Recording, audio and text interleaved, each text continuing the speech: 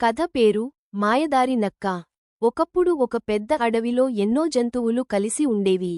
అదే అడవిలో ఒక నక్క కూడా ఉండేది. ఆ నక్కకు బాగా ఆకలేస్తోంది. 2 రోజులు ఎలాంటి ఆహారం దొరకలేదు. అలా ఆకలితో అలసిపోయి తిరుగుతుంటే ఆ నక్కకు దూరంగా ఉన్న ఒక పల్లె అంచున ఒక గొర్రెల మంద మరియు ఆ గొర్రెల కాపరిని చూసింది. అప్పుడు నక్కకి ఒక ఆలోచన వచ్చినది. ఈ గొర్రెల మందలో ఏదైనా చిన్న గొర్రెను పట్టుకుని తినగలిగితే ఎంత బాగుంటుందో అనుకుంది. కాని నేరుగా వెళ్లి గొర్రెను పట్టుకుంటే గొర్రెల కాపరి తనను వెంటనే పట్టేసుకుంటాడు ఎలాగ అని ఆలోచించసాగింది.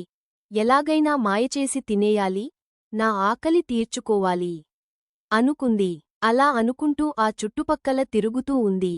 అప్పుడే ఆ నక్కకు ఆ అడవిలో ఒక గొర్రె చర్మం పడిపోయి కనిపించింది. అది చూసిన నక్కకు ఒక ఆలోచన వచ్చింది. వెంటనే నక్క ఆ గొర్రె చర్మాన్ని తీసుకొని తనమీద వేసుకుంది. ఇప్పుడు నక్క పూర్తిగా ఒక గొర్రెలా కనిపించింది. బయటకి చూస్తే అది నిజమైన గొర్రెలా కనిపించడంతో అది నెమ్మదిగా గొర్రెల మందలో అది కూడా ఒక గొర్రెలా కలిసిపోయింది. ఇక ఆ రాత్రి ఆ నక్క ఒక గొర్రెను పట్టి చంపి తినేసింది.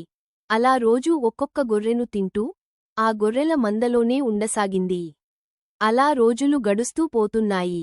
ఒక్కొక్క రోజుకి ఒక్కొక్క గొర్రె అదృశ్యమవుతూ ఉండేది. అయితే గొర్రెల కాపరికి ఏమీ అనుమానం రాలేదు. కానీ ఒకరోజు గొర్రెల కాపరి అనుమానంతో గొర్రెలను లెక్కించాడు. అలా లెక్కపెట్టినప్పుడు చాలా గొర్రెలు తక్కువగా ఉండడం చూసి చాలా ఆశ్చర్యపోయాడు.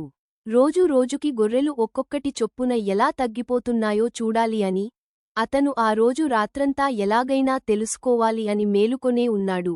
ఆ సమయంలో అతను ఒక గొర్రె విచిత్రంగా వేరేలా నడుస్తోందని గమనించాడు.